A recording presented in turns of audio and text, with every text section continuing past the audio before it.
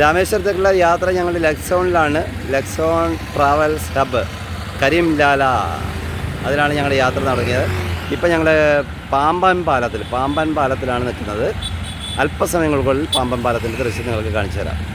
പാമ്പൻ പാലത്തിൻ്റെ ദൃശ്യം ഇതാ ഇവിടെ ആരംഭിക്കുന്നു. നമ്മളെല്ലാവരും ഇതുവരെ പറഞ്ഞു കേട്ടിട്ട് മാത്രമുള്ള ആ പാമ്പൻ പാലം ഈ ശ്രീധരൻ നിർമ്മിച്ചു എന്നാണ് പറയുന്നത്. ആ എൻജിനീയറിംഗ് വൈഭവത്തിൻ്റെ ഒരു ഉത്തമ ഉദാഹരണമാണ് പാമ്പൻ പാലം. ഇതാ പതിയെ നമ്മൾ അതിനകത്ത് പ്രവേശിക്കുകയാണ്. ഓക്കെ, യെസ്, കടൽ, ബേ ഓഫ് ബംഗാൾ ഉൾക്കടലിൻ്റെ ഇതാ കാഴ്ച കാണാൻ തുടങ്ങിക്കഴിഞ്ഞിരിക്കുന്നു. പാമ്പൻ പാലം ആരംഭിച്ചിരിക്കുന്നു. പല വർണ്ണങ്ങളിലാണ് കടൽ കാണുന്നത്. നീല കളർ തന്നെയാണെങ്കിലും അടിയിൽ ഒരു പച്ച കളറൊക്കെ മിക്സായിട്ട് കാണുന്നുണ്ട്. ഈ നയനമനോഹരമായിട്ടുള്ളൊരു കാഴ്ചയാണ്. നമ്മുടെ കണ്ണ് കണ്ണിൻ്റെ ഫ്രെയിമിനകത്ത് ഒതുങ്ങാത്ത കാഴ്ചയാണ്. ഓ, വട സീൻ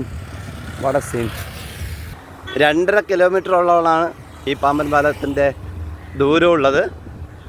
ഇതാ കടലിങ്ങനെ പരന്ന് കിടക്കുകയാണ്. അതിൻ്റെ സർവ്വപ്രതാപത്തോടും കൂടിയിട്ട് കടലത് അതിൻ്റെ സൗന്ദര്യം ഇങ്ങനെ പ്രവഹിച്ചുകൊണ്ടിരിക്കുകയാണ്. ഓക്കെ, പല കളറിലാണ് ഇപ്പോൾ നമ്മൾ കണ്ടുകൊണ്ടിരിക്കുന്നത്. എന്ത് രസമാണ് ഈ ബേ ഓഫ് ബംഗാൾ. പാമ്പൻ പാലത്തിൻ്റെ തൂണുകൾ കണ്ടുകൊണ്ട് തുടങ്ങിക്കഴിഞ്ഞിരിക്കുന്നു. പാമ്പൻ പാലം 2 പാലങ്ങളാണ്. ഒന്ന് നമ്മുടെ സാധാരണ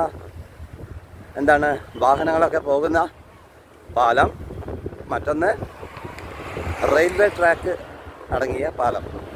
2 പാലങ്ങളാണുള്ളത്. മറ്റൊരു മനോഹരമായിട്ടുള്ള കാഴ്ചയാണ് ഇത്. ചെറിയ കല്ലുകൾ രൂപപ്പെട്ടിട്ടുണ്ട് ഇവിടെ. അതെന്താണെന്നൊന്നും അറിയില്ല. ഇവിടെ അറിയാം, കാണുന്നുണ്ടാവും. രസകരമായിട്ടുള്ള കല്ലുകളാണ്. അത് ഉണ്ടാക്കിയതാണോ അല്ല അങ്ങനെ രൂപപ്പെട്ടതാണോ എന്നറിയില്ല. രൂപപ്പെട്ടതായിരിക്കാനാണ് സാധ്യത. ഒരുപാട് ബോട്ടുകളൊക്കെ അവിടെ നിർത്തിയിട്ടുണ്ട്. ആളുകളൊക്കെ താഴോട്ട് ഇറങ്ങിയിട്ട് ആ കല്ലിൻ്റെ അടുത്തു നിന്നൊക്കെ ഫോട്ടോ എടുക്കുന്നുണ്ട്. രസകരമാണ്. അപ്പോൾ ആ കല്ലിൻ്റെ ഒരു പ്രത്യേകത എന്താ അറിയോ? ഇനിയിപ്പോൾ കാണുമ്പോൾ മനസ്സിലാവുന്നതാണ്. എല്ലാം ശിവലിംഗമാണ്.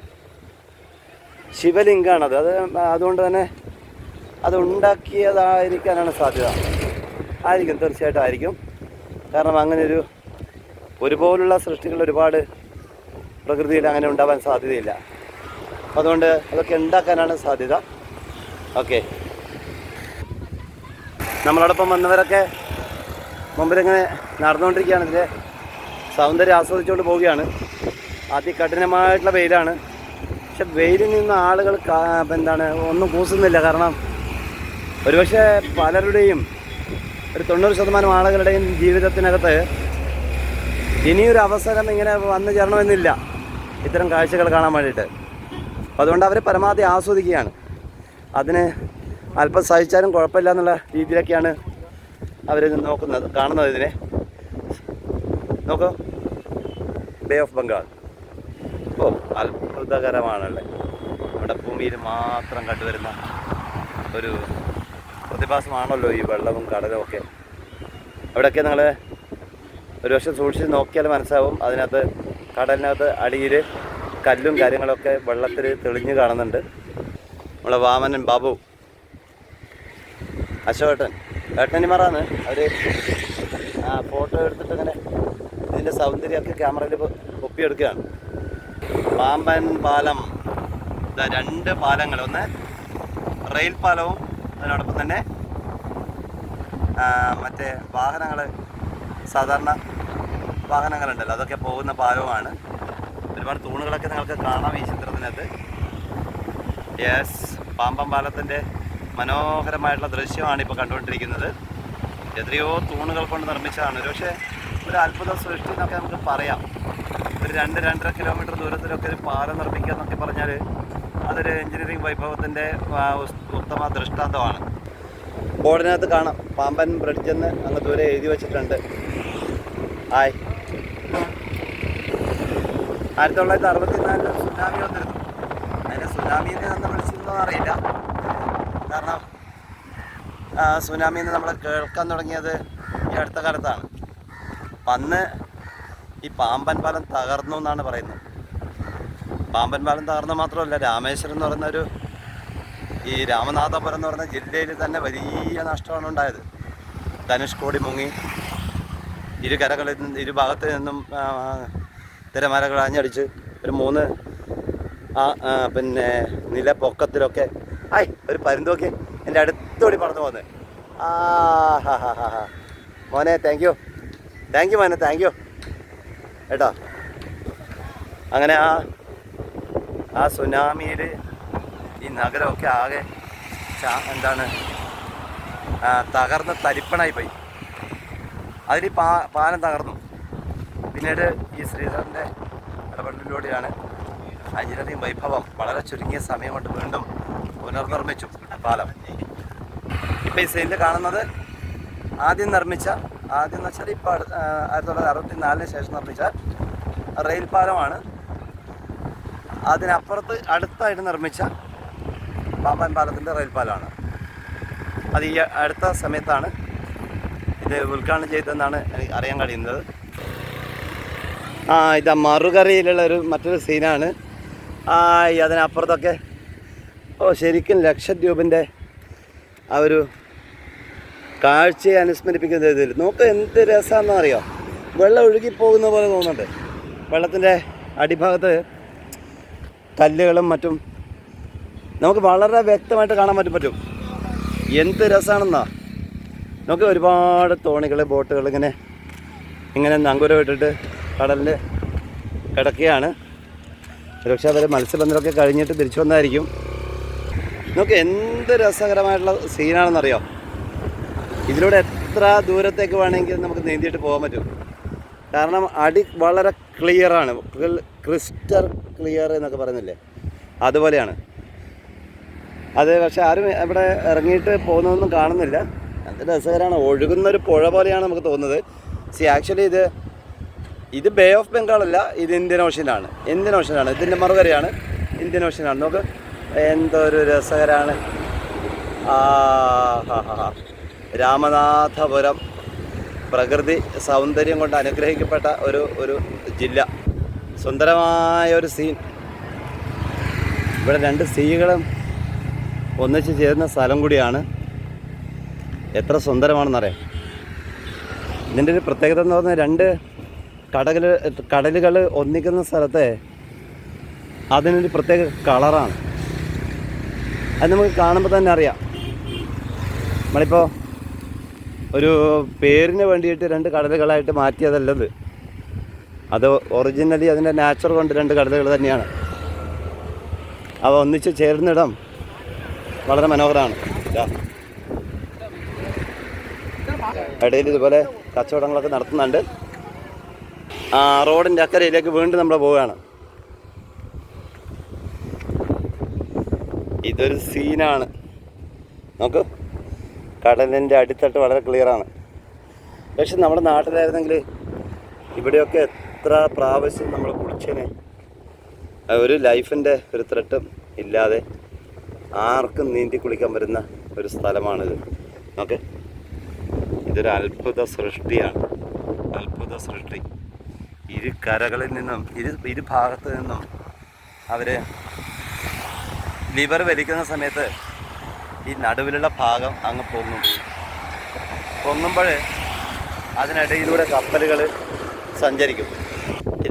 ഇതാണ് ആ എൻജിനീയറിംഗ് വൈഭവത്തിൻ്റെ ഉത്തമ ഉദാഹരണം. ആദ്യം കാണുന്നത് 1964 സുനാമിക്ക് ശേഷം നിർമ്മിച്ച ആ പാലമാണ്. രണ്ടാമത് കാണുന്നത് ഇപ്പോൾ അടുത്ത കാലത്ത് എന്ന് വെച്ചാൽ ഇപ്പോൾ 2025 ഉദ്ഘാടനം ചെയ്യപ്പെട്ട ആ പാലമാണ്. 2 ഭാഗത്ത് നിന്ന് ലിവർ വലിക്കുമ്പോൾ ആ മധ്യഭാഗത്ത് അവിടെ ഒരു റെഡ് സിഗ്നൽ കാണുന്നുണ്ട്. ആ മധ്യഭാഗത്ത് നിന്നും ഈ പാലം അങ്ങനെ ഉയർന്നു പൊങ്ങും. ആ പൊങ്ങുന്ന സമയത്ത് അതിൻ്റെ ഇടയിലൂടെ കപ്പലുകൾ സഞ്ചരിക്കും. അപ്പോൾ ഇവിടെ കപ്പലുകൾക്ക് സഞ്ചരിക്കാം. ഈ നിൽക്കുന്ന പാലത്തിലൂടെ വാഹനങ്ങൾക്ക് സഞ്ചരിക്കാം. അതിനിടയിലൂടെ ട്രെയിനിന് പോകാം, തീവണ്ടിക്ക് പോകാം. അങ്ങനെ വളരെ അപൂർവമായിട്ടുള്ളൊരു സ്ഥലമാണ് രാമേശ്വരത്തെ ഈ ഒരു പാമ്പൻ പാലം എന്ന് പറയുന്നത്. എത്ര ദൂരത്തേക്കാണ് നീണ്ടു കിടക്കുന്നത്. വളരെ മനോഹരം കേട്ടോ.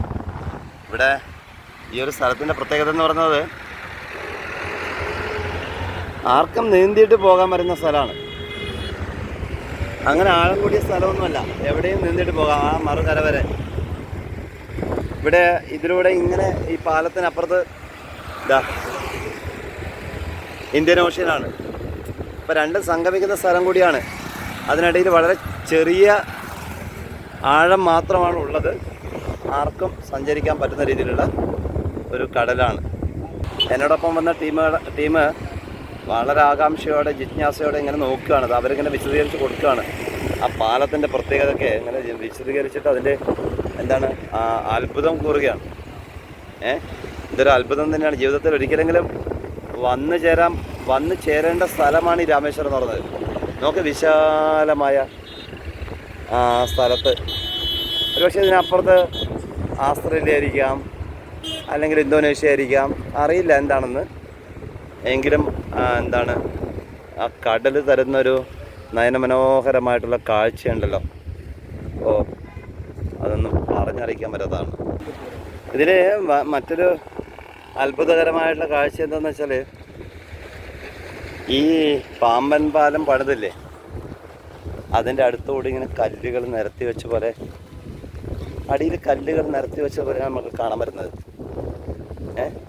പ്രകൃതി തന്നെ ഒരുക്കിയ ഒരു വലിയൊരു പ്രതിഭാസമാണത്. അപ്പോൾ ഇതിനെ ആണ് പണ്ട് എന്താണ് സേതുബന്ധനം എന്നൊക്കെ ആൾക്കാർ പറഞ്ഞോട്ട്, സേതുബന്ധനം എന്നൊക്കെ പറഞ്ഞിട്ട് ഈ ഐതിഹ്യത്തിനകത്ത് രാമായണത്തിനകത്തൊക്കെ ഉണ്ടല്ലോ. നമ്മുടെ നാട്ടിൽ ഇങ്ങനെയുള്ള പ്രകൃതി പ്രതിഭാസങ്ങളൊക്കെ ഉണ്ടാകുമ്പോൾ അതിനെ ഏതെങ്കിലും ഒരു പുരാണ കഥാപാത്രങ്ങളും മാത്രമായിട്ട് നമ്മൾ ബന്ധപ്പെടുത്തുന്നത് സ്വാഭാവികമാണ്. കാരണം അതിന് നമ്മളൊരു ആ പുരാണത്തിനൊരു ആധികാരികത, ഒരടിസ്ഥാനം ഉണ്ടാക്കിയെടുക്കേണ്ടത് ഒരു കാലഘട്ടത്തിൻ്റെ ആവശ്യം കൂടിയായിരുന്നു. അങ്ങനെയൊക്കെ നമ്മൾ ചെയ്തു പോന്നിട്ടുണ്ട്. അപ്പോൾ അത് പക്ഷേ ആളുകൾ പിന്നീട് വിശ്വസിക്കുന്നവരുമുണ്ട്, അല്ലാത്തവരുമുണ്ട്. എന്തായിക്കോട്ടെ, അതിന് മനോഹരമായിട്ടുള്ള ഒരു പ്രകൃതി നിർമ്മിതിയാണ്. നോക്ക്, ബേ ഓഫ് ബംഗാൾ ഇങ്ങനെ പരന്ന് കിടക്കുകയാണ്. ഇനി നമ്മൾ റോഡിൻ്റെ അപ്പുറത്തെ കരയിലേക്ക് പോവുകയാണ്.